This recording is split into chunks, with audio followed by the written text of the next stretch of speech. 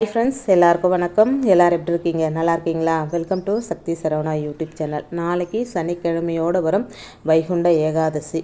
நிறைய பேர் எதிர்பார்த்து ஆவலோடு காத்துட்ருக்கிற ஒரு நாள். ஏன்னா வருஷத்துக்கு ஒரு முறை தான் அந்த சொர்க்க வாசல் திறப்பாங்க. அந்த சொர்க்க வாசல் வழியாக போய் நம்ம பெருமாளை தரிசனம் பண்ண போகிறோம். அந்த தரிசனம் பண்ணும்போது நமக்கு கிடைக்கக்கூடிய மன திருப்தியை வெறும் வார்த்தைகளால் சொல்ல முடியாதுங்க.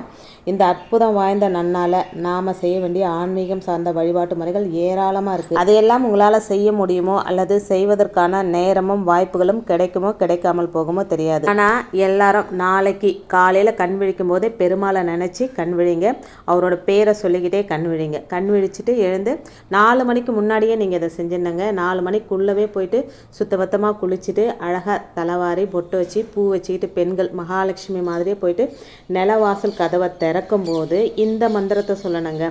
கோவிந்தா கோவிந்தா பஜகோவிந்தம் பஜகோவிந்தம் அப்படின்ற வார்த்தையை சொல்லிக்கிட்டே நிலவாசல் கதவை திறந்தீங்க அப்படின்னா அந்த பெருமாள் சொர்க்க வாசல் திறந்த பின்பு பக்தர்களுக்கு காட்சி தந்து அருள் புரிந்துவிட்டு நேராக உங்கள் வீட்டுக்கு வந்து உங்களையும் உங்கள் குடும்பத்தையும் ஆசீர்வதிப்பார் அப்படின்னு சொல்லப்பட்டிருக்குங்க. உங்கள் குடும்ப கஷ்டத்தை எல்லாம் தீர்த்து வைப்பார், மனநிறைவான வாழ்க்கையை கொடுப்பார். வீட்டு பெண்கள் மட்டும்தான் இதை செய்யணும் அப்படின்ற அவசியம் கிடையாதுங்க. ஆண்களும் காலையில் முதல்ல எழுந்தால் நிலவாசல் கதவை திறக்கும்போது இந்த மந்திரத்தை நீங்கள் சொல்லுங்கள். வைகுண்ட ஏகாதசி நாள் முழுவதும் பஜகோவிந்தம் பஜகோவிந்தம் கோவிந்தா கோவிந்தா ஓம் நமோ நாராயணா ராமா அப்படின்ற நாமங்களை சொல்லுவதன் மூலம் நமக்கு கோடி புண்ணியம் கிடைக்கும் அப்படின்றது நம்பிக்கை. இது சனிக்கிழமையோடு சேர்ந்து வந்திருக்கக்கூடிய அற்புதம் வாய்ந்த வைகுண்ட ஏகாதசி. இந்த நாமத்தை யாரும் சொல்ல மறந்துடாதீங்க. இந்த வைகுண்ட ஏகாதசி விரதத்தை மேற்கொள்கிறவங்களுக்கு வாழும்போது வாழ்க்கை சொர்க்கமாக அமையும் அப்படின்னும், வாழ்ந்து முடிந்த பிறகு அந்த வைகுண்டத்தில் சொர்க்கத்தில் விஷ்ணு பகவான் பாதங்களில் இடம் கிடைக்கும் அப்படின்றதும் நம்பிக்கைங்க. நாளைக்கு சில பேரால் சாப்பிடாமல் உபவாசம் இருந்து விரதம் இருக்க முடியும். சில பேரால் இப்படி பட்டினி கடந்து விரதம் இருக்க முடியாது. ஏன்னா அவங்கவுங்களுடைய உடல்நிலை அந்த மாதிரி. சில பேர் சனிக்கிழமை ராத்திரி முழுவதும் கண் விழித்து விரதத்தை இருப்பாங்க. இப்படி விரதத்தை இருக்கிறவங்களுக்கு மட்டும்தான் மோட்சம் கிடைக்குமா? விரதம் எடுக்க முடியாதவங்க விரதம் எடுக்க முடியாதவங்க கண் முழிக்க முடியாதவங்க பெருமாளை எப்படி வழிபாடு செய்கிறது? தூய்மையான அன்போடு சுத்தமான மனதோடு நீங்கள் இந்த வழிபாட்டை மேற்கொள்ளுங்க. சாப்பிடாமல் உபவாசம் இருந்து கண் விழித்து பெருமாளை வழிபாடு செய்தால் என்ன பலன் கிடைக்குமோ அதை விட 100 மடங்கு பலன் அதிகமாக இந்த விரதம் இல்லாதவங்களுக்கும் கிடைக்குங்க. வைகுண்ட ஏகாதசி இரவு கண் விழிக்காதவர்களும் மோட்சம் கிடைக்கும். நாளைய தினம் 4 மணிக்குள்ளே நீங்கள் எழுந்து குளித்து முடிச்சுட்டு நிலவாசல் கதவை திறக்கும் போது சொல்ல வேண்டிய மந்திரத்தை சொல்லி நிலவாசல் கதவை திறந்து வாசல் தெளித்து கோலம் போட்டுட்டு நிலவாசலில் 2 தீபம் ஏற்றிட்டு பூஜை ரூமெல்லாம் நல்லா புது பூ போட்டு அலங்காரம் பண்ணி வச்சுக்கோங்க. கரெக்டாக 4 மணிக்கு சொர்க்க வாசல் திறக்கிறது டிவியில் லைவாக காட்டுவாங்க. அதை பார்த்துட்டு பூஜை அறையில் விளக்கேற்றி வச்சுட்டுங்க.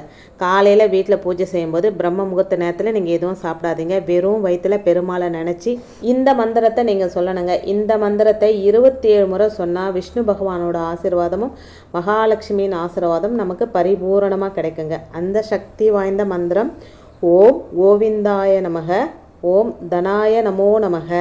இந்த மந்திரத்தை குறைஞ்சபட்சம் 27 தடவை சொல்லலாம்.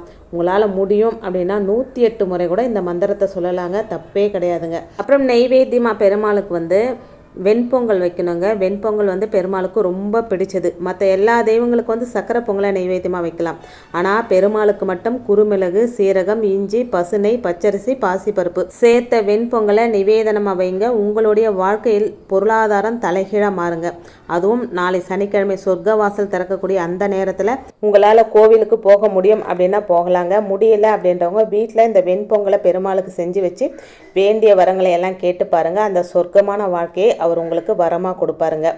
கோவிலுக்கு போகிறவங்க கோவிலுக்கு போயிட்டு வந்த பிறகு கூட வெண்பொங்கலை செஞ்சு வீட்டில் இருக்கிற பெருமாளுக்கு நிவேதனமாக செஞ்சு வழிபாடு செய்யலாங்க.